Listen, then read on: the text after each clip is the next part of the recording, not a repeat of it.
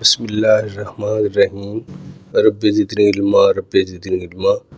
अस्सलाम वालेकुम वरहमतुल्लाहि वबरकातुहू। मैं हूं मिस्टर परदेसी, टेक्निकल फॉर ब्लॉग।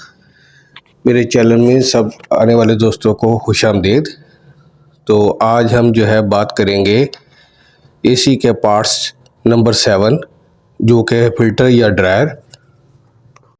तो आज मैं आपको इसको बताऊंगा कि ये है क्या चीज़ और ये कूलिंग यूनिट में लगाना क्यों ज़रूरी है, इसकी कितनी अक़साम है और ये कि कहाँ कहाँ पे लगाया जाता है।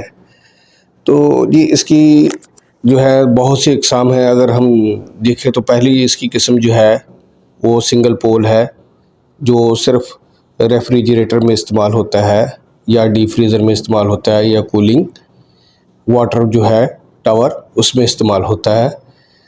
तो ये कंडेंसर यानी हीटिंग कोयल और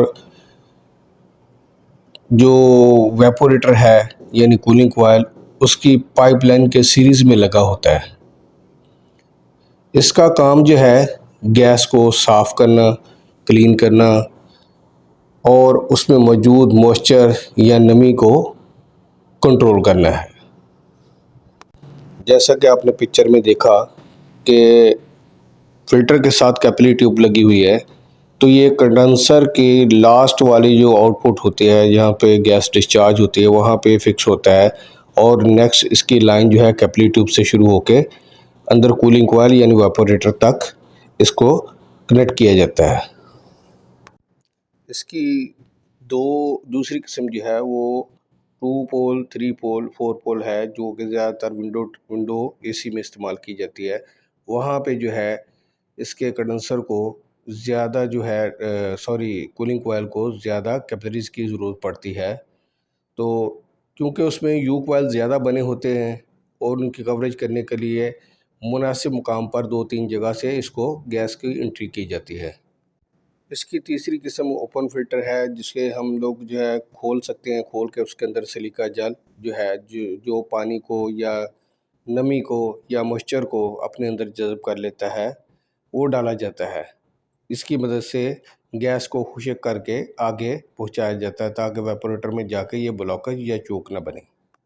इसकी चौथी किस्म जो आप ब्लू कलर के ड्रायर में देख रहे हैं, ये बड़े कमर्शियल यूनिट यानी चिल्लर, डक्ट एसी वगैरह में इसको इस्तेमाल किया जाता है। इसके कलर जो है कोई भी हो सकते हैं, ये ब्लैक कलर में भी हो सकता है, ब्लू में भी हो सकता है, येलो में भी हो सकता है, रेड में भी हो सकता है। लेकिन आपने लगाते वक्त एहतियात ये करनी है कि देखना है कि एक तरफ इसके एरो इन किया होता है, दूसरी तरफ इसका आउट होता है।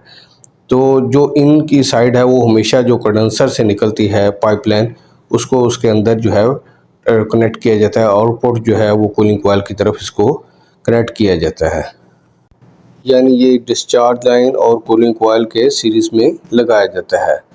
तो आप लोगों से रिक्वेस्ट है कि आप मेरे चैनल को सब्सक्राइब करें, लाइक करें और शेयर करें और बेल आइकन का बटन भी दबा दें ताकि हर नई आने वाली वीडियो आपको मिलती रहे।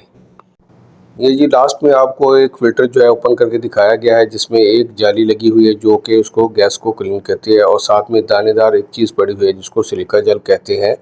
इसकी मदद से नमी या मॉइस्चर को कंट्रोल किया जाता है। तो दूसरी बात ये है कि इसको जब भी कंप्रेसर चेंज किया जाए लाजमी तौर पे चेंज करना चाहिए, क्योंकि इसकी जाली ब्लॉकेज हो सकती है और चोक हो सकता है। आप लोगों से यही गुजारिश है कि आप जब भी कंप्रेसर नया इंस्टॉल करें तो उसके साथ फ़िल्टर ज़रूर तब्दील कर दें। इसकी दूसरी शक्ल में ये होगा कि ब्लॉकेज होने की सूरत में आप जो नया यूनिट लगाएंगे वो भी गर्म होना शुरू हो जाएगा, ज़ोर लगाएगा, ताकत ज़्यादा लगाएगा और गर्म होके उसकी वाइंडिंग जो है वो हीट होनी शुरू हो जाएगी। तो इस सूरत में कंप्रेसर जलने का ख़तरा होता है। आप लोगों से गुजारिश है कि मेरे चैनल को सब्सक्राइब करें, लाइक करें और शेयर करें। चैनल को आगे बढ़ने के लिए आपके तावन की ज़रूरत है। दोस्तों, आपका इसमें कोई ख़र्चा नहीं आता, आप लोग क्यों परेशान होते हैं? अगर आप लोगों को समझ नहीं आ रही, कोई क्वेश्चन आपने पूछना हो तो मैं व्हाट्सअप लिंक भेज देता हूँ, आप इसमें या कमेंट सेक्शन में जाके मुझे कमेंट भी कर सकते हैं। इसके साथ ही मुझे इजाज़त दीजिए। अल्लाह हाफ़िज़। अपना ख्याल रखिएगा, बच्चों का ख्याल रखिएगा। बहुत बहुत शुक्रिया।